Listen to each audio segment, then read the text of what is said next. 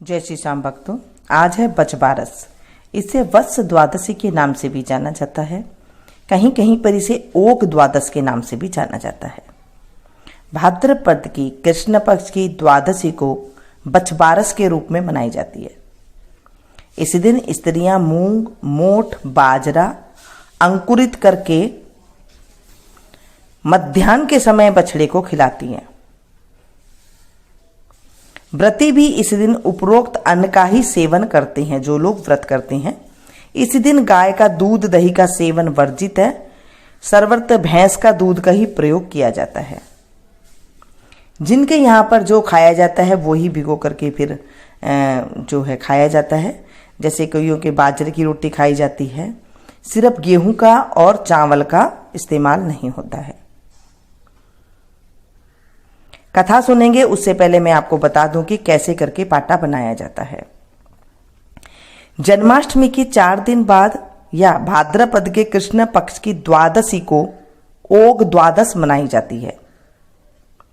सुबह लकड़ी के पटरे पर भीगी मिट्टी से 7 गाय, 7 बछड़े, 1 तालाब, 7 ढक्कन वाले भगोने से बना लेते हैं। पूजा के लिए थाली में चने, मोठ भीगे हुए, कईयों के खीरा, केला, हल्दी, दूब भी लेते हैं या फिर इसके बदले में आप हरी घास भी ले सकते हैं।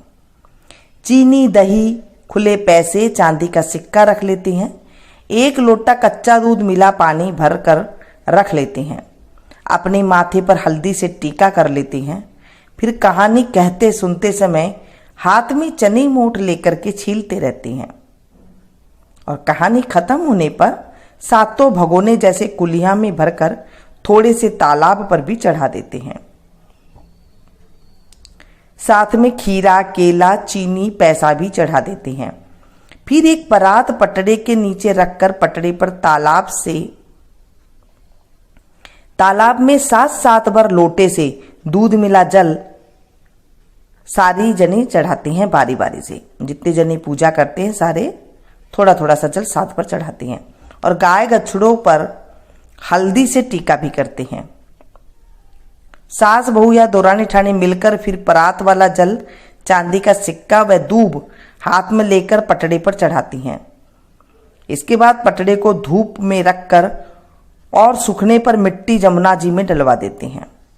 जब सूख जाती है फिर ये मिट्टी जमुना जी में डलवा देते हैं। बाद में पटड़े का सामान काम वाले को दे देते हैं। परात में जल को सब मिलजुल कर सूरज को देते हैं। फिर सीधे हाथ पर 2.5 छिले हुए चने मोठ दूध, दही, चीनी और उल्टे हाथ पर 1 और आधा छिले हुए चने मोठ दूध, दही, चीनी रखकर उल्टे हाथ वाला खा लेते हैं।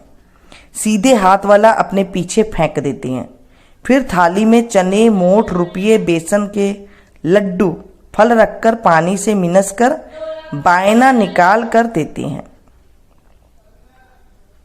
ओग द्वादश के दिन स्त्रियां पूरा दिन गाय का दूध, चावल, गेहूं नहीं खाती हैं। बेसन और मूंग की दाल की पकौड़ी, पूड़े कुछ भी बनाकर खाती हैं। इस दिन व्रत नहीं होता है।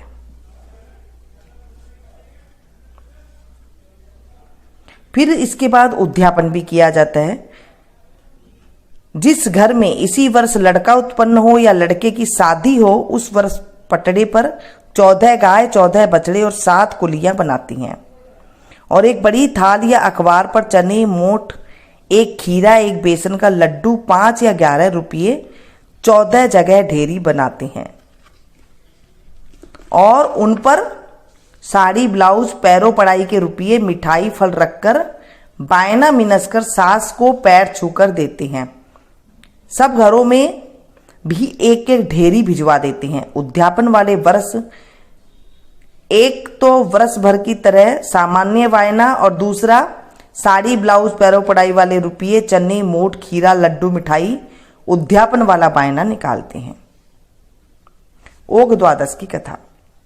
एक राजा के 7 बेटे और बहुत सारे पोते थे। एक दिन रानी ने अपनी बहू से कहा, धान धड़ेले को संभाल कर रखना। धान धनेणी उनकी गाय के बछड़े का नाम था।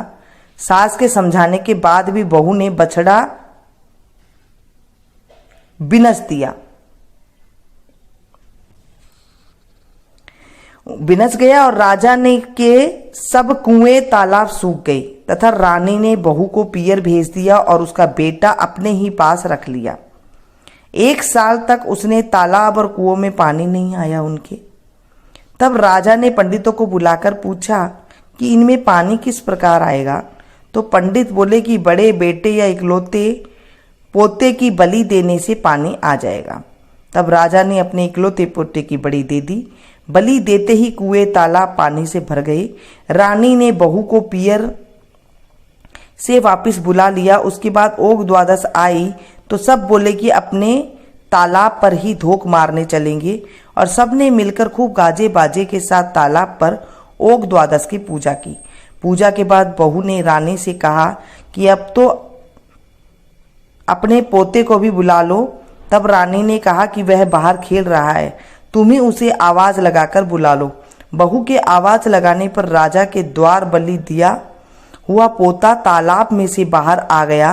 तालाब से बाहर आते देखकर सास बहू एक दूसरे को देखने लगी और बहू के बाहर खेलने वाली बात पूछने पर सास ने बलि वाली सारी बात बताकर बहू से कहा कि यह तेरे ही भाग्य का फल है। ओग द्वादश माता के सत रखकर तेरा बेटा वापस दे दिया। अपना पोता वापस पाकर राजा ने सारे नगर में ढिंडोरा पिटवा दिया कि सब बेटों की माँ ओग द्वादश को करनी चाहिए। बेटा होने के बाद बेटे के ब्याह के उद्यापन करना चाहिए।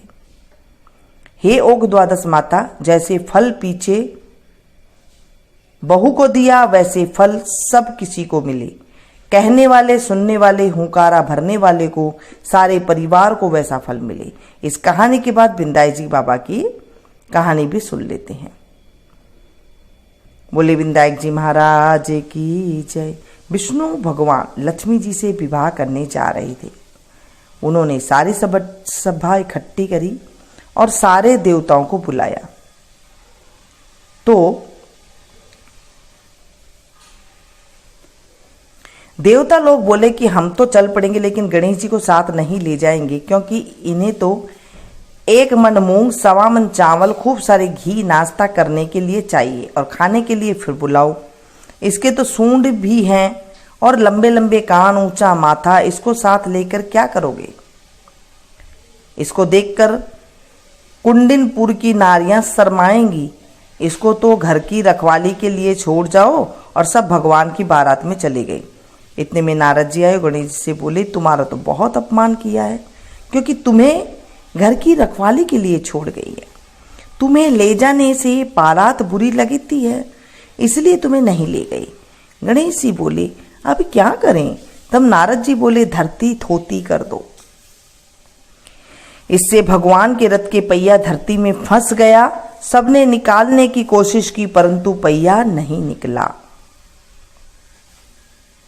उनमें से कोई बढ़ई को बुलाकर लाया। बढ़ई ने हाथ लगाते कहा जय बिंदायक जी, जय गणेश जी। कोई बोला तूने बिंदाई जी को क्यों याद किया। तब वह बोला कि बिंदाई जी को याद किए बिना कोई भी कार्य नहीं होता। तब कोई बोला कि हम तो बिंदाई जी घर छोड़ गए हैं। बाद में सब बिंदाई जी को बुलाने गए। तब वह बोले कि मैं तो नहीं चलूं। पहले तो गणेश जी को रिद्धि पाई, बाद में विष्णु जी ने लक्ष्मी जी से विवाह किया और घर आए।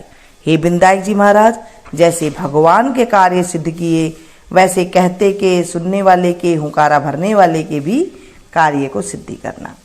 ऐसे हमें बछवारस की कहानी कथा करनी चाहिए। अगर आप लोग कहीं ऐसे रहते हैं कि ऐसे पट्टा नहीं बना सकते तो थोड़ी सी तुलसी जी की क्यारी में से जो मिट्टी होती है उसे लेकर के थोड़ी सी आप जैसे थाली होती है वैसे बना लें। फिर थोड़ी थोड़ी मुठियाँ से बना करके गाय बना लें।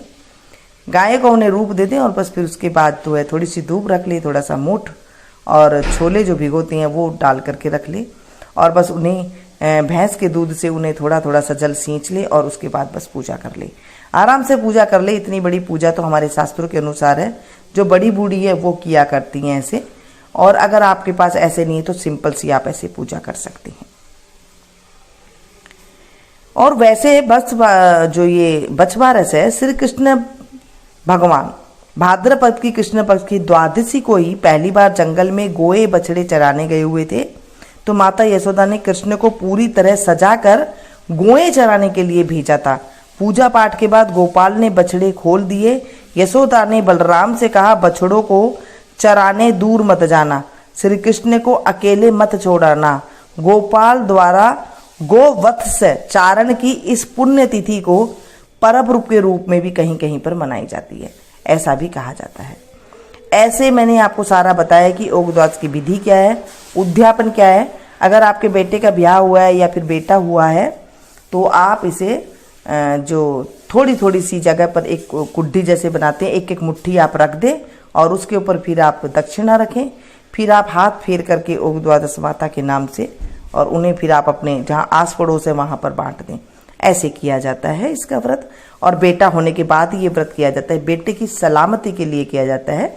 उसके बाद बेटे के जो नाभि है वहाँ पर साथिया किया जाता है रोली के साथ। और उसके बाद उसको हाथ से थोड़ा सा दही खिलाया जाता है, मीठा दही। तो ऐसे बेटे की आयु लंबी होती है, ऐसे कहते हैं। ऐसे कर ले और उसके बाद थोड़ा सा आप जैसे निभे वैसे कर लेना चाहिए। विधि तो बहुत लंबी होती है, लेकिन आपसे जितना निभे उतना करें ताकि हर साल आप उसी तरह से निभा सकें। अगर आपने अभी तक भी नहीं किया है बछवारस का व्रत और आपकी बेटा है तो आप आज से ही कर सकती हैं।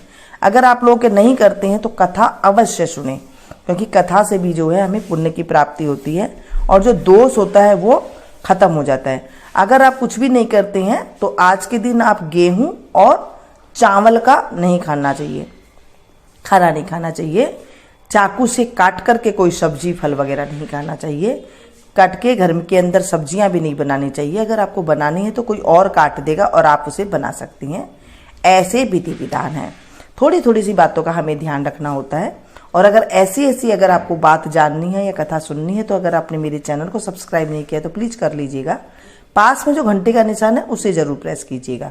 इससे होगा ये जब भी जैसे भी मैं कोई वीडियो अपलोड करूंगी उसकी जानकारी आपको तुरंत मिल जाएगी और आप मेरी कोई भी वीडियो को मिस नहीं कर पाएंगे। तो ये थी आज की जो है जो बछवारस की कहानी, ये हमने सुनाई है। कहीं कहीं पर इसे ओग द्वादश के नाम से भी जाना जाता है। तो आप इसे करिए, गणेश जी कहानी को सुनिए।